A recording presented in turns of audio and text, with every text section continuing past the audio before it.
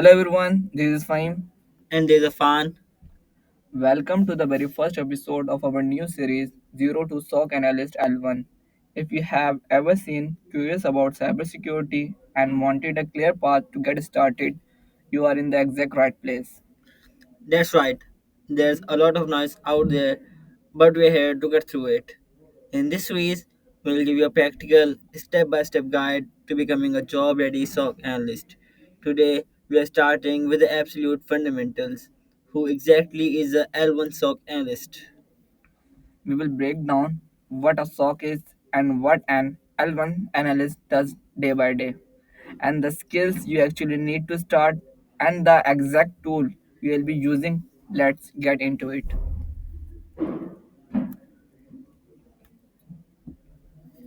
Alright, so first thing first, you can't be SOC analyst without knowing what a SOC is. So, what is SOC? SOC stands for Security Operations Center. The easiest way to think of it is as a cybersecurity command center. It's a centralized team of people whose entire job is to monitor, detect, investigate, and respond to cyber threats, ideally 24/7. Exactly. When you see those high-tech room in movies with people staring at world maps and scrolling code, this is what they are trying to show. The goal of a SOC is to have a constant watch over an organization digital assets, their networks, servers, data, to spot and stop attacks before they cause damage. And it's important to know that SOCs are structured in tiers. You'll almost always hear about three levels. Level 1 or L1 is where we are focusing. They are the first line of defense responsible for initial alert triage and investigation. They are the gatekeepers. If an L1 analyst finds something that needs a more thorough investigation, they pass it to L2 or Level 2 analyst. These are the folks who do deep analysis and proactively hunt for hidden threats. And at the top, you have level 3 or L3 analyst. They are the expert in incident response and advanced threat intelligence. They handle the most critical incidents and often analyze complex malware. Okay, so let's zoom in on our target role, the L1 analyst. As Fahim said, they are the gatekeepers. What does that mean in practice? It means you are the first person to see an alert.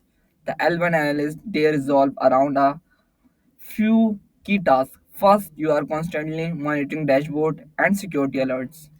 And these alerts can be anything from someone trying to log into a server with the wrong password too many times to a potential malware infection. Your job is to perform an initial investigation on that suspicious activity. That is the crucial step called triage. You have to quickly determine is the real threat or is it is a false positive. Is it urgent? Based on your finding, you'll perform the initial triage.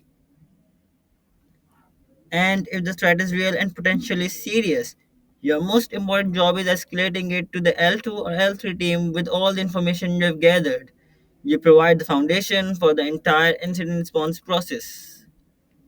Now, a lot of people hear cybersecurity and immediately think they need a PhD in computer science. Let's debunk that. What are the real fundamentals skills you need for an L1 role?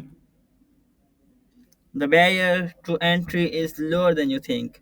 First, you need a basic knowledge of networking. You have to understand how computers talk to each other. Concepts like TCP, IP, and DNS are fundamental.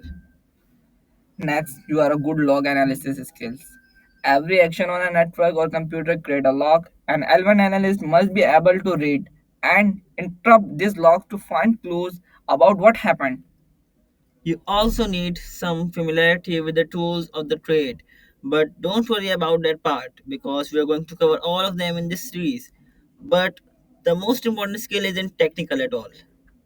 I know this one. It's having a curious mind and a structured thinking. You are the digital detective. You have to be curious about questions and follow evidence in logical way. If you have the mindset and you can learn the rest, so we know the role and the skills. Let's walk through a typical day to really bring it to the life. It's a very structured role. Your shift might start at 9 a.m. by checking the alert queue in the SIEM. That's your main dashboard. You'll see what came in overnight. By 10 a.m., you are in the thick of it. Triaging those incidents, your investigation logging anomalies, for example, seeing a logging for an expected country and deciding if it's a real threat. So just someone on vacation. Exactly. Around midday, you might escalate a suspicious finding to the L2 team and collaborate with them. The afternoon is spent documenting everything you have found. Documentation is very critical. And the day often ends with training or team briefings. The threat landscape is always changing, so learning never stops.